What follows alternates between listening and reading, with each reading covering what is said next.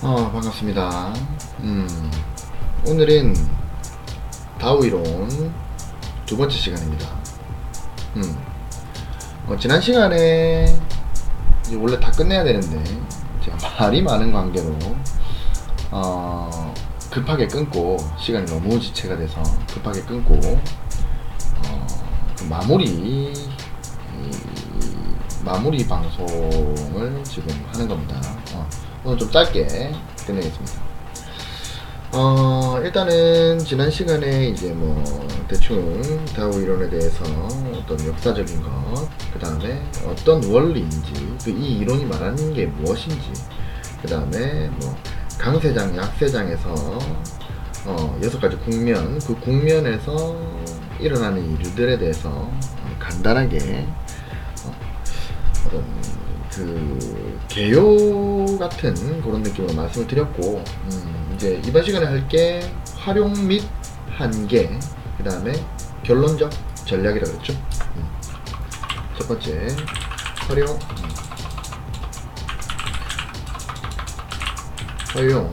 및 한계, 그리고 두 번째가 결론적 전략. 이걸 그래서 결론은 뭐고 어떤 식으로 전략을 짜서 우리가 이 다오 이론을 활용을 해야 되는가, 거기에 대해서 설명을 좀 드릴 겁니다. 바로 들어가죠. 일단 활용 및 한계. 요거 이제 다오 이론 같은 경우에는 그랜빌이 다오 이론에 대해서 얘기한 부분이 있어요. 그랜빌 아시죠? 그랜빌은 이제 우리 앞서서 이동평균선 공부할 때 그 이동평균선의 이제 국면, 매수의 국면과 매도의 국면, 그 이동평균선의 어떤 전략을 개발하신 분이고, 그랜빌.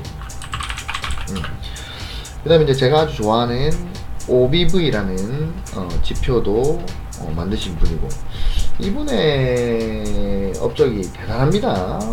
이분의 업적이 대단하고, 이분의 저서도 좀 추천할 게 많은데, 이건 뭐 다음에 또 그랜빌에 대해서 얘기할 때 그때 얘기를 하고요. 이 그랜빌이 다우 이론에 대해서 이렇게 얘기를 했어요. 강세 시장과 약세 시장, 지난 시간에 배웠죠. 그림으로 그려보자면 이렇게 보면은 반 잘라가지고 여기는 강세장, 그리고 여기가 약세장, 그죠? 매집, 뭐 상승, 과열, 분산, 그 다음에 공포, 침체, 뭐 이런 6가지의 국면이 있다고 했어요. 그죠? 근데 이 강세장과 약세장 두 개로 크게 나뉘는데, 근데 이제 그랜빌이 뭐라 그랬느냐, 강세 시장과 약세 시장에서 일반 투자자라고 하면 우리 같은 개인 투자자들을 얘기하는 겁니다. 일반 투자자와 전문 투자자는 서로 반대의 생각을 하게 된다 라고 얘기를 했어요. 여기서 많이 들어본 것 같죠? 예전에 험프리 네일의 제가 이제 심리에 대해서 살짝 얘기할 때 험프리 네일의 상반사고 이론, 이거 기억나십니까? 대중이 대중의 생각이 한쪽으로 모아지게 되면 결과는 반대로 나온다. 예를 들어서 우리 같은 대중이, 거의 대다수의 대중이 상승할 거야라고 믿어 의심치 않게 모든 대중이 그렇게 생각을 하면 거기가 고점이고 내려간다. 그리고 대중이 이제 망했다라고 생각을 하면 그때 올라간다. 그래서 대중의 생각과 실제 시장은 반대로 가게 된다. 이게 이제 험프리 네일이 말하는 상반사고 이론입니다. 그리고 코스톨라니의 달걀에서 제가 얘기를 했어요. 일반 대중들은 요 과열구간에서 들어온다고요. 부와 내동자들. 하지만 소신파들, 스마트머니들, 세력들, 기관 투자자들, 애널리스트들, 이런 사람들은 어디서 들어온다? 여기서 들어온다. 그죠?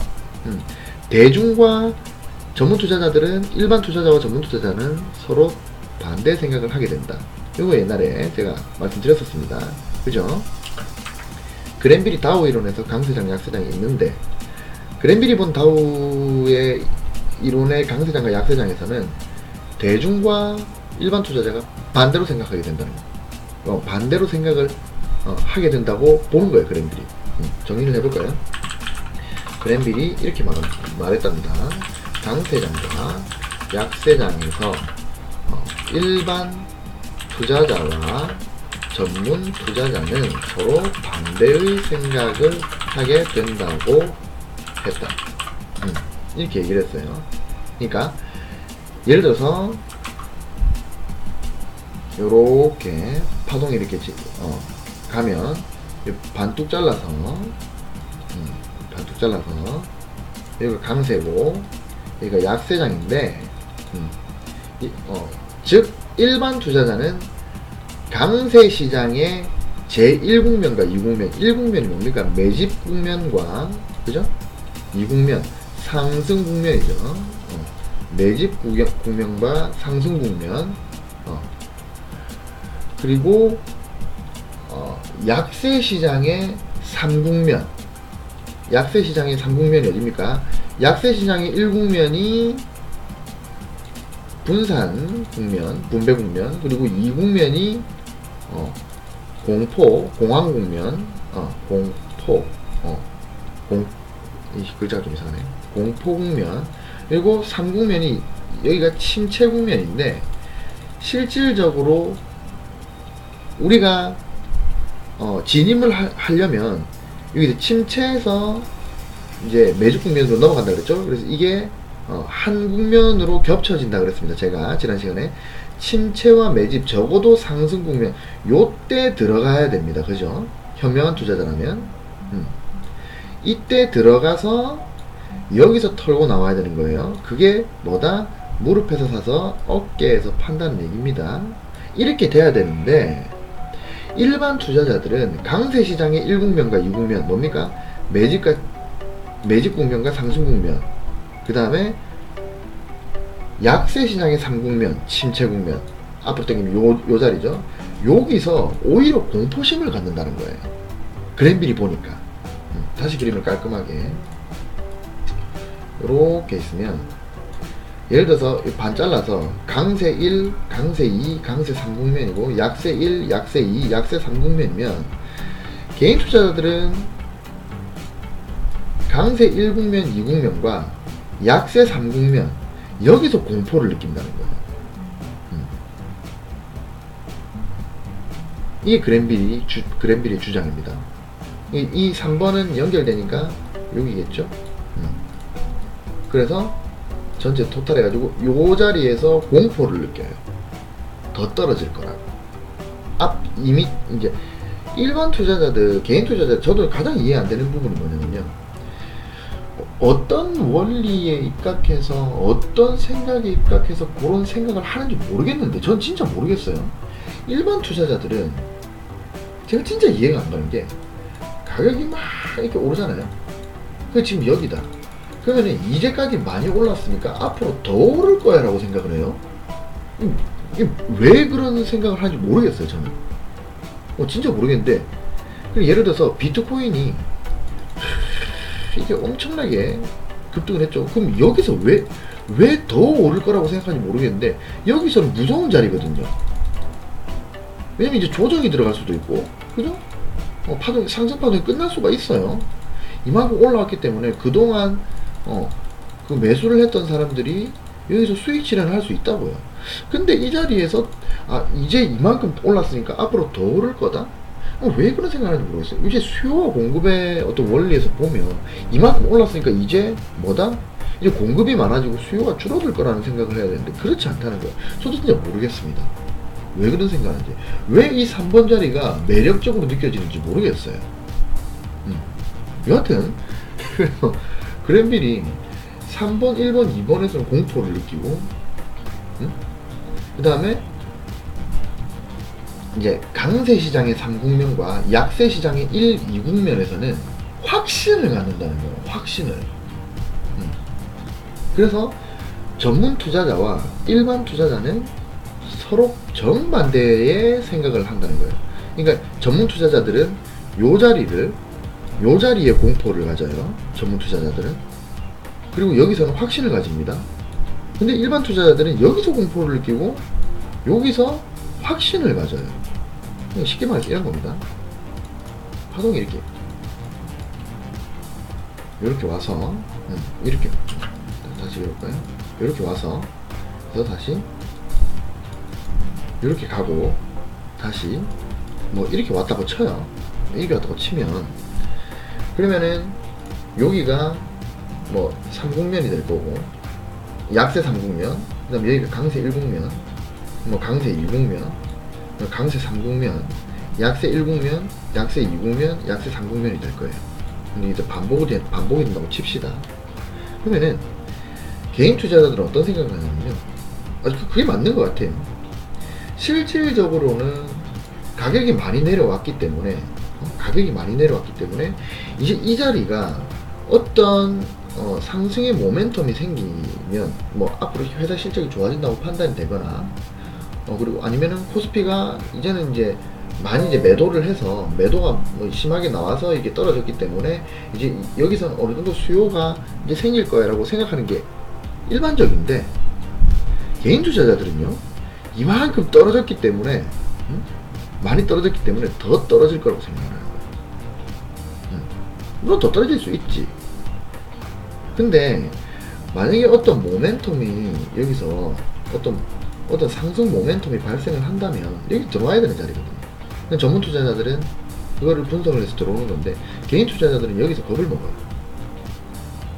그래서 너무 안타까운 건 뭐냐면요, 이게 나중에 이제 말씀을 드릴 건데 이게 손절이랑 좀 관련이 있어요. 예를 들어서 이렇게 와가지고 지금 이 자리라고 칩시다.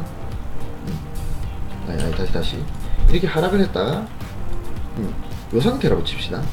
그러면은 이게 앞으로 상승을 해서 올라갈 건지 아니면 하락을 해서 내려갈 건지는 몰라요.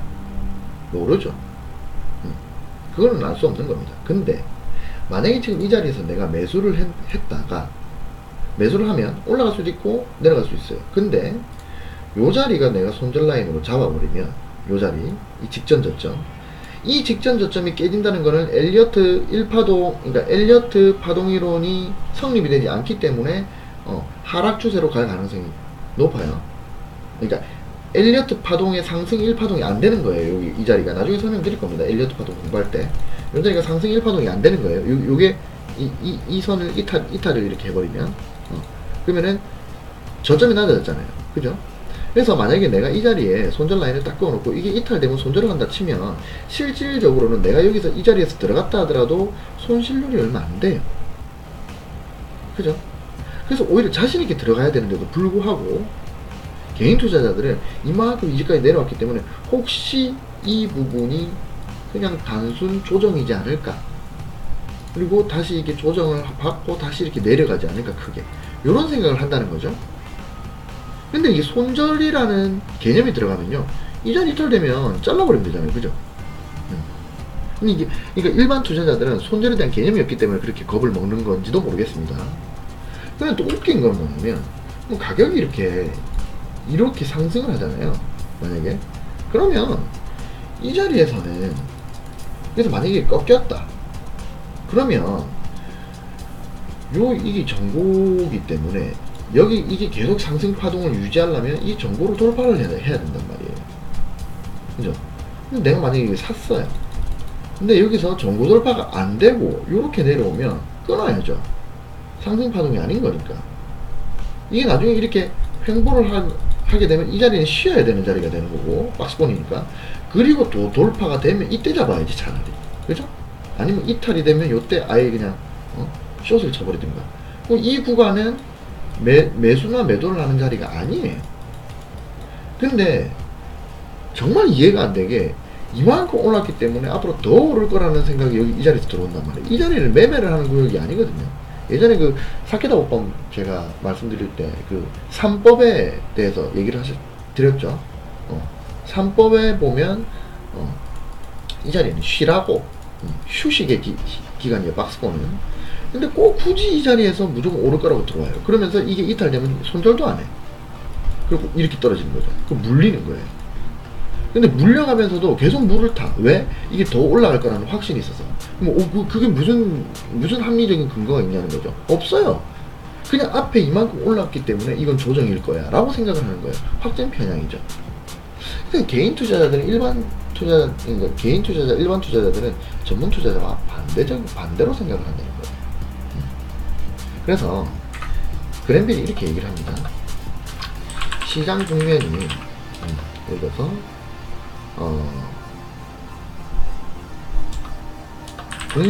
시장 국면이 이렇게 있고, 그 다음에 대중이 있고, 그 다음에 전문가가 있잖아요. 그러면 예를 들어서 시장 국면이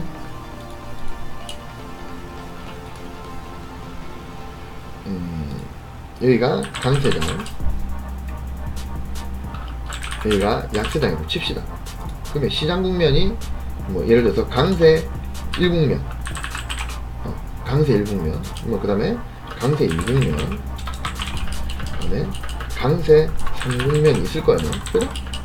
강세 1국면, 2국면, 3국면이 있죠. 매집 상승, 그 다음에 과열 국면이 있죠. 약세장도 1국면, 2국면, 3국면이 있습니다. 그 다음에 분산공포 침체 국면이 있어요. 약세장이 그렇게 있다고요. 강세장이 그렇고 약세장이 이렇다 라고 했을 때, 대중은 강세 1국면, 즉 매집 국면에서 공포를 가집니다. 공포심이 나와요. 그리고 강세 2국면도 공포심. 이게 상승을 시작하는데 이게 기술적 반등일 거야. 아니면 하락 파동이 조정 파동일 거야. 이렇게 생각하는 거죠. 그거 무서우니까 못 들어가는 거예요. 실질적으로 그게 상승의 초입인지를 모르는 거죠. 분석이 안 되니까. 그러다가 강세 3국면, 이제 과열 국면이 가면 이제 확신을 하는 겁니다. 확신. 그러니까 여기서 너무 슬프죠. 이렇게 있다면 이 자리와 이 자리에서는 공포를 가지다가 이제 이만큼 올라야 이건 상승 추세였구나 라고 생각을 하고 이제 여기서 진입을 하는 거예요. 이미 늦었죠. 근데 좀 있으면 이제 바로 하락을 하는 거죠. 이 자리에서 들어오는 거예요. 그래서 이 3국면 여기서 확신을 가지게 되는 거예요. 너무 슬프죠. 그리고 그 시간이 지나서 약세 1국면인 분산 국면에서도 확신을 가집니다. 개인 투자자들. 그리고 약세 2국면도 확신을 가져요. 공포 국면에서도 반등할 거야 라는, 이전에 많이 올랐기 때문에 여기는 조정이고 더 올라갈 거야. 그러다가 침체 국면, 바닥까지 내려가면 이제 공포심이 드는 겁니다. 그리고 여기서 물량을 던져요. 퍼드죠. 물량을 막 던집니다. 그걸 누가 받느냐? 이 3국면 뭡니까? 침체 국면이죠. 침체 국면은 바로 뭐랑 연결이 된다? 매집이랑 연결이 된다. 이게 이제 약세 3국면이고 이게 강세 1국면이니까 이렇게 되는 거죠. 그럼 뭐다? 공포심이 있기 때문에 가격이 떨어지면 막 팔아요. 개인 투자자들. 그걸 누가 받는다? 세력이 받는다. 그래서 침체와 매집이 함께 일어나는데, 침체에서 공포심이 있기 때문에 개인은 막 팔고 여기서 매집을 하는 세력들이 받아서 상승으로 쳐올리는 거죠. 그래서 맨날 고점에서 사서 저점에 파는 형태가 되는 겁니다. 대중이. 그러면은 전문가들은 어떻게 되냐? 매집 단계에서는 확신을 가집니다. 그리고 상승 국면에서도 확신을 가집니다. 근데 이제 과열 국면이 되면, 이제 개인 투자자들이 쫙 들어오게 되면 여기서 공포심을 가지게 되는 거예요. 전문가들은. 그러면서 개인들한테 물량을 떠넘깁니다. 왜냐면 잘 보세요. 대중은 3국면에서 확신을 가지기 때문에 매수에 들어와요.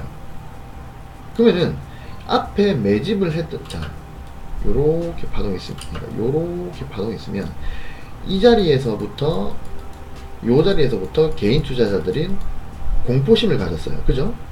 이 3국면부터 공포심, 그리고 강세 1국면 공포심, 그 다음에 강세 2국면 상승국면도 공포심. 뭡니까? 요 자리에서 전문 투자자들한테 자신의 물량을 다 떠넘겼습니다. 무섭기 때문에 더 떨어질 거라고 생각해서. 그래서 이 자리에서 대중은 받았어요. 손바뀜이 일어났죠. 그럼 대중은 이 자리에서 팔았는데 이제 세력들이 받았기 때문에 또 가격이 쫙 올라가요. 그럼 이제 이 자리에서 뭡니까? 상국면 확신 든다 그랬죠, 대중이. 그러면 여기 과열 국면에서 확신을 가지고 있기 때문에 개인 투자자가 들어와요. 개인 투자자가 들어오는 거는 그냥 장 끝나보면 알 수 있죠. 개인이 얼마나 샀는지 팔았는지. 그러면은 대중은 이제 확신을 가지고 막 진입을 하는데 그럼 막 매수를 한단 말이에요. 그러면은 전문 투자자들은 개인들이 이렇게 많이 들어오네. 이제 이 상승판이 끝날 수도 있겠다. 빨리 내 물량을 여기서 모았던 물량을 개인들한테 떠넘겨야지. 그리고 이렇게 팔기 시작합니다. 개인들한테. 그래서 분산 국면까지, 그리고 이국면까지도 팝니다. 여기서 이만큼 사서 이렇게 파는 거예요. 그러니까 뭡니까? 무릎에 사서 어깨에 파는 그런 효과가 나오는 거죠. 정반대인 거예요. 그리고 약세 일국면에서도 공포심을 가집니다. 약세 이국면에서도 공포심을 가집니다. 그리고 침체 국면이 오면 다시 확신을 가지고 이때부터 물량을 모아나가는 겁니다. 정반대인 거예요, 사이클이. 이렇기 때문에 이제 개인 투자자들이 잃는 거죠. 그럼 어떻게 하느냐? 투자 전략이, 전문가들은 이제 그 강세 이국면부터 매도를 시작합니다. 그리고 강세 상국면인 과열이 시작되면 여기부터 본격 매도, 과열 국면부터 본격 매도, 그리고 약세 1국면까지 매도 지속. 전문가가 이렇게 한다고. 그리고 이제 약세 2국면 뭡니까? 공포 국면이죠. 공황 국면. 여기서 이제 매수 시작을 합니다. 근데 이제 그 매수 시작이 이거를 확실하게 매수를 쾅쾅 하는 게 아니라 이제 그 시작 단계에 들어가는 거예요. 그러니까 매수 시작이라고 표현하기는 그렇고 매수 고려, 매수 고려. 그리고 이제 침체 국면에서 매수 시작을 합니다. 전문가는 이렇게 움직여요. 반대겠죠? 그 개인 투자자들은 요렇게 움직이는 겁니다. 그래서 우리는 대중을 따라가지 말고 전문가를 따라가야 됩니다. 사실 이거는 정말 말 그대로 저는 이제 그랜빌이 이렇게 얘기했다고요. 그랜빌이 이렇게 얘기했는데 사실 이렇게 하기가 쉽지가 않아요. 그래서 우리가 차트를 보는 거죠. 여튼 이렇게 활용을 한다. 한계는 뭐냐? 한계. 활용. 그랜빌이 이렇게 활용을 하라고 했고, 한계는 뭐냐면 일단은 이게 주추세와 중기추세를 명확하게 구분하기가 좀 사실 힘듭니다. 차트 우리 개인 투자자들은 주추세와 중기추세, 즉 대파동과 중기파동을 구분하기가 사실상 개인 투자자들은 힘듭니다. 그리고 추세 전환을 확인했다 하더라도 너무 늦게 확인되기 때문에 추세 전환을 확인했다 하더라도 이미 너무 늦어버린 경우가 많기 때문에 실제 투자에 큰 도움이 되지 못한다. 요게 이제 교과서적으로 말하는 한계인데, 저는 여기에 이제 또 어떤 한계가 있냐면, 제가 차트를 보면서 설명을 좀 드려볼게요. 자,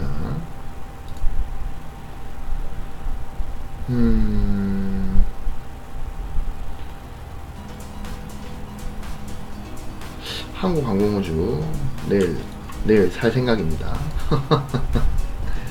내일 살 거예요. 손절라인 여기 딱 잡고, 좋죠? 손절라인 딱 살 겁니다. 이거 딱 직전 고점이거든요. 선을 그어보면 지금 손절라인 제가 여기 딱 잡는다면 여기 어디입니까? 직전에 저항을 받았던, 그죠? 저항을 받았던 그 자리입니다. 이걸 돌파했죠. 여기서 지지를 받으면 상승을 하는 거고, 이탈되면은 아직 멀었다. 그럼 나는 여기서 사서 요게 이탈되면 잘라버리고, 손절 라인 딱 끊어놓고, 자동 손절이거든요. 자동 손절. 요 자리가 딱 이탈되면 바로 자동으로 팔게 돼 있어요. 그래서 여기서 오늘 양봉이 하나 나왔죠. 여기서 요렇게 갈 수가 있고, 이탈돼서 이렇게 갈 수가 있습니다. 그럼 저는 여기서 내일 시초가로 들어갈 거예요. 네, 그냥 그렇다고요. 한국항공우주. 한국항공우주가 요날 장대 음봉이 떨어진 이유가 미국이랑 이제 3,000% 살짝 빠지지만 요날이 이제 9월 24일인가? 9월 24일이었어요. 요때가 무슨 날이냐면, 우리나라가 미국의 무기를, 구매를 하기로 결정을 한 날입니다. 트럼프랑 얘기를 해가지고 문재인 대통령이. 근데 이게 참 잘했는 게, 미국에서 우리나라 미군들이 지금 이제 들어와 있죠. 미군의 이때 운영비 포함해가지고, 돈을 많이 달라고 해요, 트럼프가. 그게 이제 트럼프 대선 공약이었기도 하고, 돈을 많이 달라고 하는데, 이제 총액을 이제 이렇게 제시를 했어요. 트럼프가.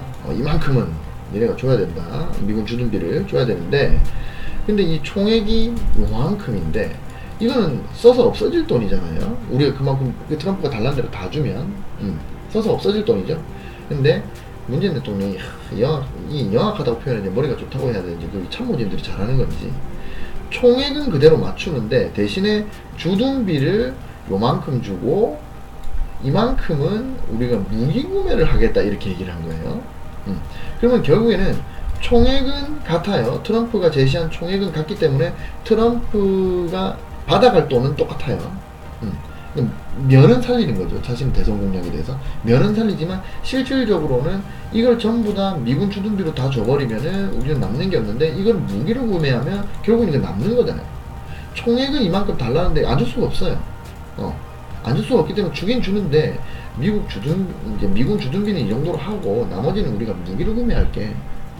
그러니까 이게 뭐냐면 트럼프가 10을 달라고 했는데 우리는 7만 준 거예요.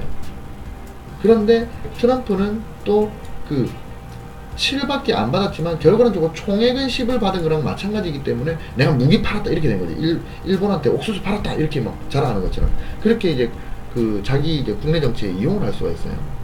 그래서 우리나라가 미국의 무기를 구매한다고 뜬 순간에 항공우주가 급락을 한 거예요. 급락을 한 겁니다. 근데 한국항공우주가 우리나라가 이제 미국의 무기를 사느냐 안 사느냐 이런 단기적 테마로 지금 이게 쓰러질 기업이 아니에요. 엄청 좋거든요. 이때 급락 나온 이유가 미국의 우리나라 이제 한국항공우주에서 수출을 하기로 다 돼 있었는데 그게 이제 벤치 먹었거든요. 그래서 급락이 나온 거예요. 근데 실질적으로 한국항공우주가 지금 이 시점부터 시작해가지고 엄청나게 실적이 계속 오르고 있고 앞으로 더 오를 거라고 저는 판단을 합니다. 그래서 좋은 타점이 된다. 항공우주가 쓰러진 게 아니다. 그래서 저는 내일 들어갈 겁니다. 이탈되면 바로 자르면 되니까 그죠? 여튼 제가 쓰잘데기 없는 얘기 좀 했습니다. 어디를 볼 거냐면 삼성전자를 볼 거예요. 삼성전자를 볼 건데 보시면 제가 이거를 다 지워볼게요. 일단은 중기 이제 이전 시간에 이제 추세가 이제 뭐 단기 추세, 중기 추세, 대추세 뭐 이렇게 세 가지 추세로 나뉜다 했죠. 근데 실질적으로 단기 추세는 뭐 며칠에서 길어봐야 뭐 한 3주 이내의 파동이기 때문에 요거는 크게 신경 안 쓰고 적어도 3주 이상 길게는 몇 년짜리 파동이 한 파동이다 이렇게 얘기했죠. 뭐 그런 거는 일봉을 볼 게 아니고 주봉을 봐야 됩니다. 주봉을 보고 그러면 뭐다? 이런 반등, 요런 반등이 다우 이론에서 말하는 어떤 대반등이다. 그러니까 진짜 이 추세가 이제 다우 이론은 이런 거잖아요. 이렇게 그래서 저점을 높여가는 그리고 고점을 높여가는 하락 파동이면 이렇게 와가지고 그러니까 이 저점이 계속 깨지는, 저점이 낮아지는, 그죠? 고점이 낮아지는. 이게 이제 다우 이론인데 이거를 우리가 그냥 차트만 보면요, 잘 보세요. 주봉을 이렇게 봤어. 주봉으로 봤는데 예를 들면 저점이 여기서 높아졌죠. 근데 높아졌습니다. 그죠? 그리고 좀 더 높아졌는데 여기서 깨져버렸어요. 그죠? 그러면 저점이 깨졌으니까 여기서는 무조건 하락으로 갈 거야, 이렇게 생각을 하게 된단 말이에요. 이게 한계인 거예요. 저점이 깨졌기 때문에 이제 하락 파동이야. 근데 뭡니까? 저점이 깨졌는데 다시 상승을 해가지고 고점 돌파를 해버렸어요. 그죠? 물론 과거 차트니까 제가 쉽게 얘기하는 겁니다. 그리고 또 떨어졌는데 또 저점이 이탈됐어요. 그럼 여기서 또 판다고, 그럼 또 바로 반등을 해요. 그러니까 뭐냐면 다우 이론이 요렇게만 가면 참 좋겠는데 요렇게만 가면 참 좋겠어요. 왜냐면 저점 계속 높아지면 계속 홀딩하면 되잖아요. 근데 웃긴 거는 다우 이론이 여기 가다가 저점이 생기고 올라가서 이 저점이 깨졌는데 또 올라가서 이렇게 간다는 거죠. 그게 뭡니까? 이 저점이 깨졌기 때문에 나는 이게 하락할 거라고 봤단 말이야. 그런데 손절을 했는데 또 올라가. 고점 돌파 올라가. 그럼 이 자리가 뭡니까? 트레이드 되는 거예요. 속임수. 다우 이론의 한계가 이거예요. 명확하게 구분하기 힘들어요. 그래서 제가 여기서 제 나름대로 다우 이론을 사용하는 방법이 있습니다. 그게 앞 시간에 여러분이 배운 건데 그게 바로 채널입니다. 채널. 그러니까 예를 들어 내가 채널을 이렇게 띄워놓고 파동이 이렇게 계속 저점을 높여가서 이 상태에서 다시 이렇게 있으면 채널이 이렇게 저점을 높여가는데 지금 이 수준에서 만약에 저점이 낮아졌다 하더라도 여기는 진정한 그 하락파동으로의 하락파동 시작점이 아닐 가능성이 있다는 거예요. 채널 안에 있으니까. 다시 말하면 내가 여기서 이렇게 하락을 했는데 이게 아니지 다시 이렇게 채널 있으면 이렇게 하락을 했는데 여기서 반등하고 올라가다가 저점이 찍혔는데 여기서 저점이 이탈됐는데 여기 채널 이탈을 또 같이 이탈을 했어. 그러면 이게 하락 파동일 가능성이 있는데 만약에 채널이 이렇게 했는데 이렇게 올라가다가 이렇게 떨어졌어요. 그러다가 여기서 저점이 이탈됐다 하더라도 이게 하락 파동으로 가는 게 아니라 여기서 다시 반등이 나오면 이 채널에서 반등이 나오면 그럼 뭡니까? 다시 상방으로 갈 수 있기 때문에 이 자리가 뭐다? 결국 속임수고 진짜 내가 매수해야 될 타이밍은 여기다. 여기서부터 다시 올라가는 대형 반전 파동이 만들어지는 것이다. 이렇게 생각을 할 수가 있다는 거예요. 그래서 무조건 이게 저점이 깨졌다고 이 자리에서 저점이 깨졌다고 하락 파동으로의 전환이 아니라 그 저점이 깨진 자리가 과연 어딘가를 봐라. 그게 채널의 상단인가 하단인가 채널의 중반부인가 그거를 보라는 얘기예요. 자, 그래서 제가 삼성전자를 꺼냈는데 봅시다. 적어도 다우 이론은 주봉에서 사용을 해야 됩니다. 그리고 삼성전자를 제가 가져왔어요. 이걸 제가 채널을 한번 꺼볼 겁니다. 삼성전자 채널을 한번 꺼볼 건데 이 2004년까지밖에 없어가지고 제대로 된 채널이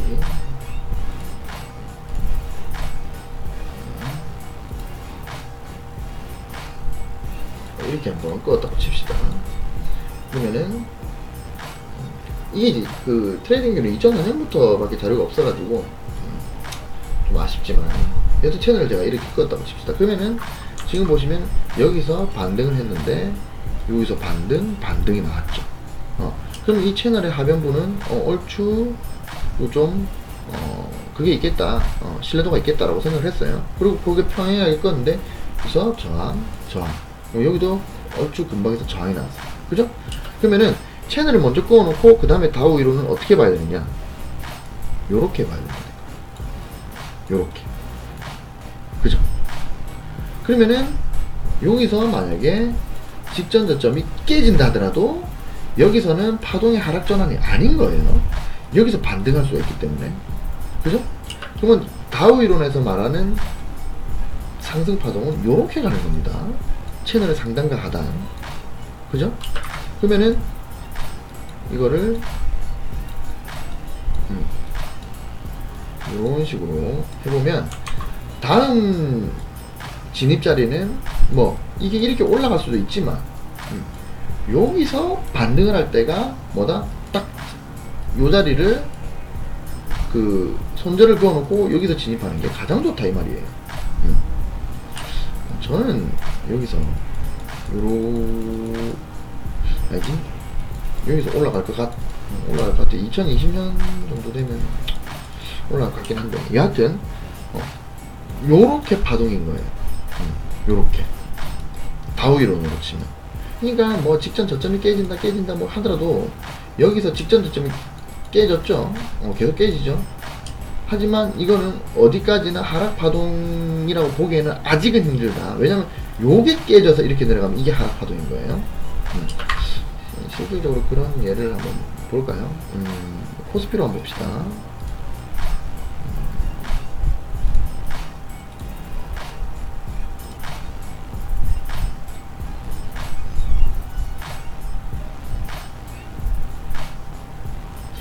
코스피 선을 안 꺼냈나? 코스피를 보면, 자, 요때부터, 1998년도부터 제가 한번 채널을 한번 꺼볼게요. 여기서, 어떻게 꺼볼까요? 한 요렇게, 아니, 그건 너무 좀 심한가? 요렇게, 요게 맞겠다. 이렇게 하고, 제가 채널을 뭐, 얼추, 이렇게 껐다고 칩시다. 그러면은 여기 이 코스피에서 다우 이론상 파동은 요렇게 갑니다. 그죠? 요렇게 가다가 지금 이 채널이 상단까지 올라가지 못하고 여기서 계속 횡보를 하다가 여기서 이탈을 해버리면 이 자리부터는 이제 하락 파동이 시작인 거예요. 요거는 포함해가지고 이렇게. 그죠? 그리고 요걸 풀백이라 그러는데 채널이 이탈을 해도 반등으로 이렇게 되돌리고 내려가는 경우에, 왜냐면 하락 M 파동은 이렇게 가니까, 그죠? 그러면 만약에 여기서 채널 이탈을 했다 하더라도 풀백, 이걸 풀백이라 그래요. 한번 되돌리고 다시 내려가는 거예요. 그죠? 그래서 이 채널 맞는 건데, 그래서 여기서 이탈이 되고 나서 풀백을 한번 주고 하락을 시작을 한 겁니다. 그죠? 이때 깨진 거예요. 이때 깨졌지만 한 번 더 높은 가격으로 올라갔다 하더라도 이건 상승 파동이 아니고 풀백 이후에 내려간 건데, 우리가 다우 이론으로 봤을 때는 파동이 이렇게 가는 거기 때문에 여기서 만약에 반등을 해서 올라가야 되는 거예요. 그래야 다우 이론의 상승 파동이 계속 시작이 되는 건데, 요 자리에서 보시면 처음에 반등을 했어요. 반등했기 때문에 내가 이 자리에서 전자가 이탈되면 난 나갈 거다. 그러고 들어왔는데 뭐 얼추 수익을 거두는 사람도 있고, 또 하다가 전자가 이탈돼서 빠져나간 사람도 있겠죠. 그러면은 요 자리부터는, 요 전자가 깨진 것부터는 이제 다우 이론의 하락 파동이다. 그게 이제 풀백이 있다 하더라도 다시 내려간다. 그래서 다우 이론은 채널이랑 살피는 게, 채널로 보는 게 가장 합리적인 거예요. 그러니까 아이디어에서 이름이 안 나오는 거야. NC소프트가 한글로 적어야 되나? NC소프트를 보면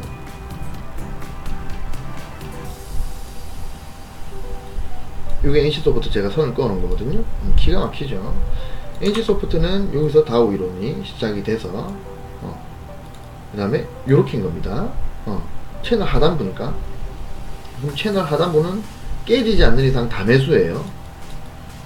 지금 채널 하단부에서 위로 올라가지도 않고도 지금 몇 퍼센트가 올랐느냐, 요 자리에서부터 여기까지 300%가 오른 거예요. 채널 하단 부분에서만. 어마어마하죠. 주봉입니다. 2014년부터 2019년까지 거의 300% 오른 거예요. 저는 다시 저는 NC소프트가 너무나 좋은 자리라고 생각해서 이때 분석을 하고 진입을 해야 된다고 얘기를 했었는데, NC소프트 보시면, 보세요. 보시면, 요 자리는 다 매수 포인트인 거예요. 이탈되지 않는 이상. 이탈되면 자르면 되니까. 그죠? 수익이 올라간다고 봐요. 다우 이론상, 요렇게, 이렇게 가는 거죠. 저점이 안 깨지잖아요. 그죠? 요렇게 가는 거예요. 그죠? 이제 만약에 여기서 채널 상단까지 간다 그러면 몇 퍼센트? 800%. 직선으로 가도 500%. 시간이 조금 걸린다 치면 700, 800, 1000% 이렇게 가는 거예요. 지금 NC소프트가 100만원이 넘어가는, 여기가 얼마야? 60만원입니까? 600만원이야? 조금, 욕하지만 간다고 칩시다. 지금 50만원이죠? 이게 갈 수 있다는 거예요. 이거 보시면, 일단 이론상으로, 여기서 여기까지 600% 올랐거든요? 요때가 얼마였냐면, 23,000원, 23,000원. 근데, 불과 2008년, 2009년, 겨우 1년도 아니지, 한 7개월 사이에 600% 오른 거예요, NC소프트가. 이렇게 오를 수도 있는 거지. 그죠? 여하튼 그래서, 다우 이론을 볼 때는 채널을 항상 살펴야 된다. 전저가 이탈됐다고, 다우 이론에서는 전저가 이탈됐다고 무조건, 하락파동으로의 전환이라고, 얘기할 수밖에 없는데, 다우 이론으로만 보면. 근데, 이렇게 올라가서, 여기서 전저가 이탈됐는데, 다시 상승해가지고, 이렇게 찍을 수 있다는 거예요. 그래서, 그러면 이게 하락파동이 아니라 일반 조정파동이었던 거죠. 그죠? 그러니까, 다우 이론의 가장 큰 한계점은 뭐냐면, 이게 하락파동인지 조정파동인지 전저 이탈로는 알 수 없다는 거예요. 그래서 그 다우 이론을 가장 잘 이용을 하려면 채널을 꺼가지고 채널 하단에서 돌아나가는지 상단에서 돌아 내려오는지 이것만 보면 되는 겁니다. 일종의 팁인 거예요. 다 그렇게 가요. 다 그렇게. 이 다우 이론은 주봉으로 보시라. 주봉으로 보시는데 뭐 그런 식으로 이 채널을 잘 보고 하셔라. 삼성 SDI. 이거 아니구나. 그때 또 뭐가 있더라? 제가 이거 뭐야? 현대글로비스 한번 볼까요? 현대글로비스 보면 이것도 제가 채널을 꺼놨죠. 보시면 다우 이론에서는 이게 하락파동인 거예요. 그죠? 하락파동인 겁니다. 계속 지속되고 있죠. 전저가 계속 깨지고 있는 거예요. 지금 뭐다? 다우 이론에서 전저는 채널의 하단 부분인 거예요. 채널의 하단 부분. 전고는 채널의 상단 부분. 보시면 고점이 낮아지고 또 고점이 낮아지지. 그리고 전점이 낮아졌다. 뭐다? 하락파동이 계속 지속되고 있다. 근데 이게 만약에 상승파동 돌아가려면 요 상변을 깨고 올라가서 여기서 지지를 받으면 저점이 높아지게 되는 거죠. 그럼 뭐다? 여기가 새로운 파동의 시작이다. 이렇게 보는 거예요. 이렇게 보는 게 합리적이지 않을까요? 그죠? 그래서 다우 이론의 한계는 그런 게 있지만 이거를 채널로서 조금 합리적으로 그거를 극복을 조금 할 수 있다. 정리합니다. 결국 다우 이론은 고점 돌파와 저점 이탈의 개념인데, 그냥 캔들만 봐서는 진짜 저점 이탈로 인한 하락 파동의 시작인지 아니면 조정으로 인한 저점 이탈인지 구분이 안 되기 때문에 채널을 이용하여 크게 전체적으로 파동을 보고 대응해야 한다. 이게 제 결론입니다. 그리고 손절매, 이게 중요한 거예요. 만약에 채널 하단에서 새로운 반등이 발견이 되면 새로운 국면 전환으로 보고 진입을 하되 직전 저점이 이탈되면 자연스럽게 채널도 이탈을 하기 때문에 손절매가 필수다. 이건 무슨 말이냐면, 자, 채널이 이렇게 있어요. 내가 들어갈 자리는 무조건 채널 하단이에요. 상승의 눌림목만 잡을 거예요. 그러면 여기서 이렇게 반등을 했어요. 그럼 뭡니까? 직전 저점이 여기죠. 그럼 내가 여기서 진입을 했다 이거예요. 그죠? 근데 만약에 직전 저점이 깨진다는 말은 파동이 이 직전 저점이 이렇게 있고 이렇게 쭉 갈 거 아니에요? 그리고 이게 이렇게 이탈되면 내가 손절을 할 거예요. 이 직전 저점이 이탈되면 엘리어트 파동 이론이 성립이 되지 않기 때문에 나는 여기서 나갈 거란 말이에요. 그럼 내가 이 이탈이 되면 당연히 채널은 당연히 이탈이 되게 됩니다. 왜냐면 채널은 계속 상승을 하고 있기 때문에. 근데 직전 저점은 계속 가로선이죠. 그러면은 날짜가 지나면 지날수록 직전 저점과 값이 점점 멀어져요. 그죠? 그러면은 이게 일정 수준으로 올라가면 이거는 채널만 하단 이탈을 해서 채널만 이탈해도 내가 바로 잘라야 됩니다. 그러면 수익권이에요. 그죠? 그래서 이게 이런 거예요. 채널 하단에서 새로운 반등이 발견돼서 내가 진입을 했어요. 채널 하단에서 새로운 반등이 나와서 내가 여기서 진입을 했는데 직전 저점이 이탈이 되면 자연스럽게 채널도 이탈한 것이 되기 때문에 손절매가 필수고 파동이 하락파동으로 전환될 가능성이 높다 이 말입니다. 이게 중요하다는 거예요. 그러니까 그런 다우 이론의 한계를 우리가 조금 더 매매를 하는 데 있어 가지고 그 한계를 조금 우리가 좀 케어를 하려면 요런 채널을 통해서 채널 하단 부분, 채널 상단 부분, 예를 들어 채널 상단 부분이면 여기서 고점 돌파, 이 고점 돌파를 못하면 어떻게 됩니까? 채널은 계속 상승을 하기 때문에 실질적으로 내가 상승 파동이 계속 이렇게 상단을 때려야 되는데, 근데 이 고점을 돌파를 못한다는 말은 뭡니까? 채널은 상승을 하고 있는데 얘는 횡보를 한다는 얘기가 되고, 그건 뭡니까? 자연스럽게 이게 조정이 된다는 거예요. 그렇기 때문에 상승 채널에서 고점이 생기고 그 다음에 눌리고 이 고점을 돌파를 못하면 여기서 나와야 된다는 거예요. 나오고 매도를 하고, 그리고 이 고점 돌파가 다시 일어나면 그럼 여기서 다시 잡아가지고 요만큼을 뜬다. 그죠? 만약 고점 돌파가 일어나지 못하면 당연히 내려오게 될 거고, 그러면 여기서 반등했을 때 여기서 잡든가. 포인트는 이 두 포인트밖에 없다는 거예요. 돌파 매매와 눌림목 매매.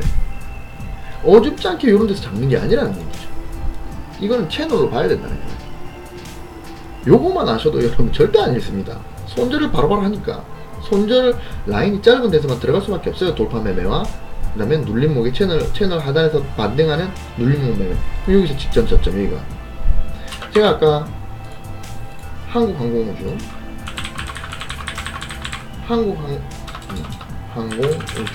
요거 내일 들어간다 그랬죠. 내일 제가 잡을 건데 일본 요것도 한국항공우주도 크게 보면 하락 파동 안에 있습니다. 그런데 지금 올라가는 파동이죠.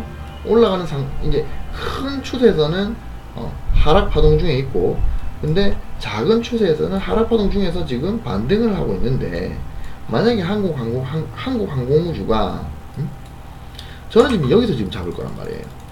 그죠? 여기서 잡을 거란 말이에요. 여기서. 근데 여기가 라인을 딱 그어보면, 여기가 제가 이제 그어보면 직전에 저항을 받았던 자리고, 그거를 돌파하고 여기서도 한번 지지를 받았던 자리예요. 여기 의미가 있다고 보는데 또 하필이면 이 채널 하단 부분 겹치는 부분이란 말이에요. 그럼 저는 여기서 이제 올라갈 가능성이 높다고 보고 있어 잡을 건데 여기서 잡았는데 만약에 내가 요 직전 좀 깨지면 손절을 할 거란 말이에요. 근데 이게 요렇게 가면, 그래서 여기서 이탈이 됐다. 그럼 여기서 자를 거거든요. 그러면은 요게 몇 퍼센트가 되냐, 여기서 잡았다 치더라도 4%를 먹고 나오는 거예요. 손절이지만 4%를 먹어요. 그리고 내가 여기 38,150원 이탈되면 자를 거기 때문에 만약 여기서 잡는다 하더라도 난 내 손실률은 3%가 안 돼요. 2.8%밖에 안 되네. 근데 내가 만약에 이게 상승한다면 먹을 수 있는 거는 10몇 %를 먹을 수 있는 거예요. 이게 합리적인 매매지 않겠어요? 이게 일종의 뭐다? 이게 일종의 다우 이론을 활용하는 방법이에요. 다우 이론 뭡니까? 저점을 높여가죠.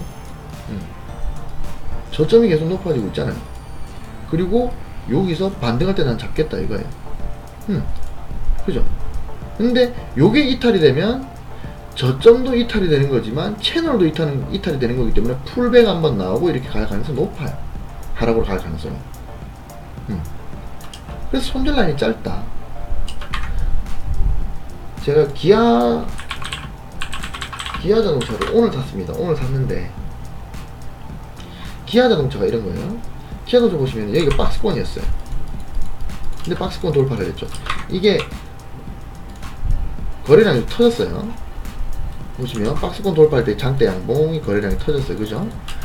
그러고 나서 이 시초가, 여기가 이 시초가가 뭐다? 이 박스권의 상변이란 말이에요. 저는 이게 이탈되면 자를 거예요. 저는 여기서 들어갔어요. 어제 종가로 들어갔어요. 여기서 잡았거든요. 0.5%가 수익이긴 한데 지금. 근데 이게 떨어질 수도 있어요. 떨어진다 하더라도 여기서 이탈되면 내가 자를 건데, 그러면 나는 뭐다? 여기서 요렇게 잡았기 때문에 하락을 해도 3%가 안 돼요. 그죠? 3%가 안 돼요.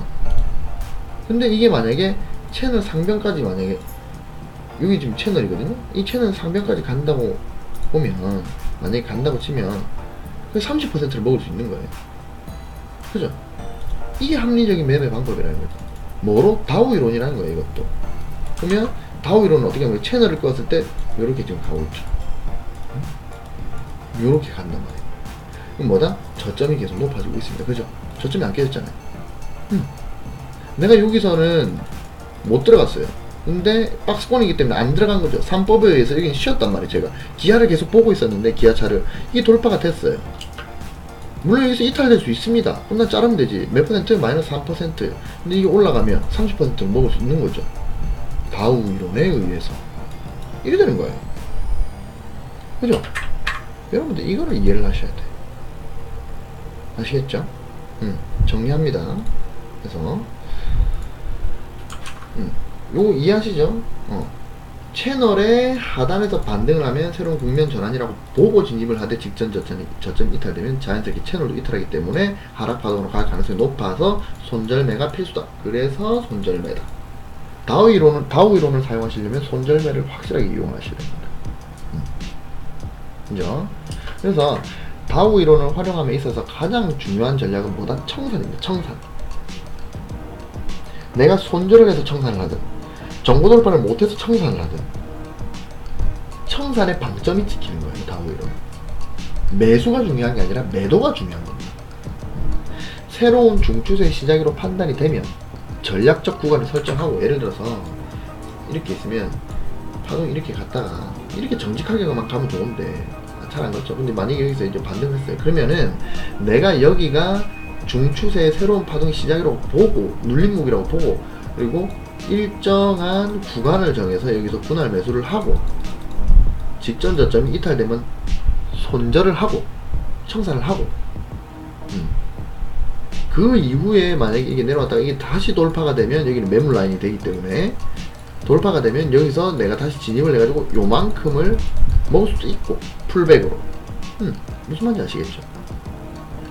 미래를, 차트를 본다는 거는 다우 이론이고 뭐고 간에 미래를 보는 게 아니에요. 미래를 예언하는 게 아니라 움직임을 보고 바로바로 대응을 하는 거지. 그러려면 필수적으로 내가 이 진입을 했을 때 어디서 손절을 할 거다. 그리고 내가 만약에 이게 올라가더라도 여기서 고점 찍고 내려왔는데 정고 돌파를 못하면 난 여기서 청산을 할 거다. 이렇게 돼야 되는 거예요. 차트 알아봅시다. 청산의 예. 그리고 청산의 예. 뭐가 있을까? 제가 얼마 전에 좀 예전이죠. 삼성증권. 여기 보시면 제가 저번에도 방송에 얘기했죠. 여기서 사가지고 여기서 팔았어요. 팔았는데 실질적으로 다오 이론에서 보시면 채널에서 이제 상단과 하단을 다오 이론이라고 제가 봐야 된다 그랬죠. 그래서 이제 올라갔어요. 올라가서 자 저는 여기서 털었지만 여기서 털었지만 만약에 이렇게 반등 이제 여기 고점을 찍고 뭡니까 전고 돌파를 못하고 꺾이죠. 그러면 적어도 여기서 나와야 된다는 거예요. 여기서 나와야 된다는 거예요. 전고 돌파를 못했잖아요. 전고 돌파를 해야 다시 올라가는 거예요. 이건 채널이 이렇게 꺼져 있으니까 그죠? 그럼 이 직전적 고점을 돌파를 못한다는 말은 이게 떨어진다는 얘기예요. 만약에 이게 또 올라가려면 전고 돌파하고 누르고 갈 때 여기서 잡든가 이 전고 다시 직전 고점 돌파는 여기서 잡든가 해가지고 요만큼을 노려야 되는 거예요. 근데 이게 전고 돌파를 못했죠. 그럼 뭐다 여기서 매도 그리고 뭐다 여기서 반등하는 거를 노린다. 실질적으로 여기서 반등을 했습니다. 보시면 이렇게 딱 끊으면 자 여기서 반등을 했어요. 아까 그 한국항공우주랑 비슷하죠. 그래서 내가 만약에 여기서 진입을 했다고 쳐요. 그럼 뭐다 직전 저점이 깨지면 난 바로 나올 거다. 그래서 자 지났는데 이게 잡을 수도 없었네. 그죠? 잡을 수도 없었네. 바로 그냥 전체 이탈을 해버렸기 때문에 다음날 안 잡았겠죠. 근데 만약에 여기서 잡았는 만약에 요 양봉 끝에서 잡았는데 종가로 잡았는데 이탈됐다 그럼 바로 손절이죠. 왜? 직전 저점이 깨졌으니까. 그 채널이 깨졌으니까. 그럼 뭐다 여기서부터는 어찌됐든지 간에 하락파동으로 갈 가능성이 있으니까. 볼까요? 어떻게 되는지. 이렇게 하는 거죠. 이건 풀백이고 근데 이 풀백 라인 요 라인을 결국에는 뭐 제대로 넘어서지 못하고 지금 이렇게 와 있는 상태입니다.